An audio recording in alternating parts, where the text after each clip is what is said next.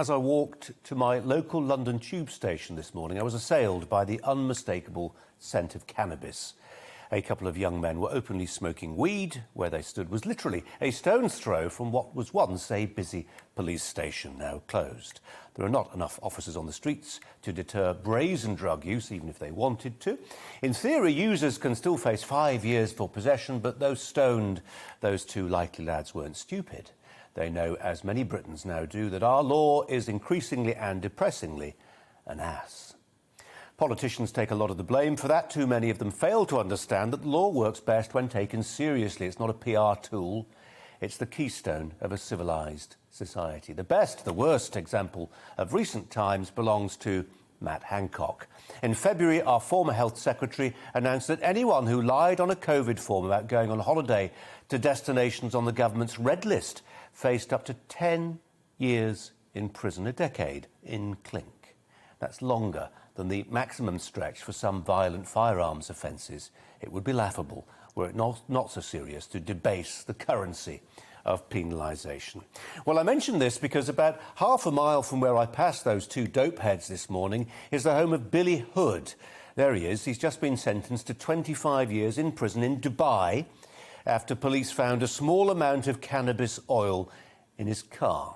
It's a tough break, this, for a young man of 24. If his sentence isn't commuted, he'll emerge from prison just shy of his 50th birthday. He's already been in jail since January for doing something that wouldn't be illegal in Britain. His family say the confession he made was signed under duress. They're appealing against the sentence. On hearing it, his mother said, "I don't think there's a word in the dictionary that describes the pain I'm going through." Well, Billy Hood joins a long list of Brits who fall foul of judicial systems that take drug offences a lot more seriously than we do. Almost 30 years ago, I saw how this works in practice. I was a reporter with the Yorkshire Post. I'd managed to get an interview with Sandra Gregory, a former teacher sentenced, like Billy Hood, to 25 years in jail for breaking drugs laws. Her sentence, or I should say her offence, was more serious, actually. She'd agreed to smuggle heroin out of Thailand. I met her at the notorious La Yau prison, the so-called Bangkok Hilton, where she served nearly 5 years before being allowed to carry out the rest of her sentence in Britain.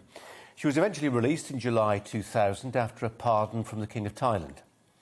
Well, I found Sandra Gregory's plight pitiable, and for a while we even wrote to each other. My older daughters are now approaching that age where they'd like to backpack around countries like Thailand. I could do worse than rooting out some of Sandra's letters to me, full of heartfelt recriminations, to make my girls think hard about the risks of doing something abroad that feels frivolous at home. And that really is my point. The world out there is full of lawmakers who, unlike the faintly ludicrous Matt Hancock, are serious about sentencing. It's not a problem if you never plan to live abroad, if you're happy to spend the rest of your life working and playing in Britain, like Caleb in Clarkson's farm. But that's not how things are for well over 1 million Brits who live and work abroad.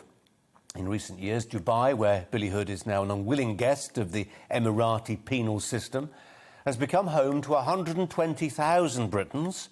Among other things, they're drawn to the tax-free sunshine. But here's the question. How many of them are also drawn to a culture which, though short on Western freedoms, is crystal clear about what happens to those who flout the law? A society where the idea of smoking cannabis openly outside a tube station is implausible, about as implausible as Matt Hancock. Welcome to the GB News YouTube channel. You can watch us live 24 hours a day, catch up on your favourite shows and join in the conversation in the comments below. Don't forget to subscribe and you'll never miss any of our exclusive content.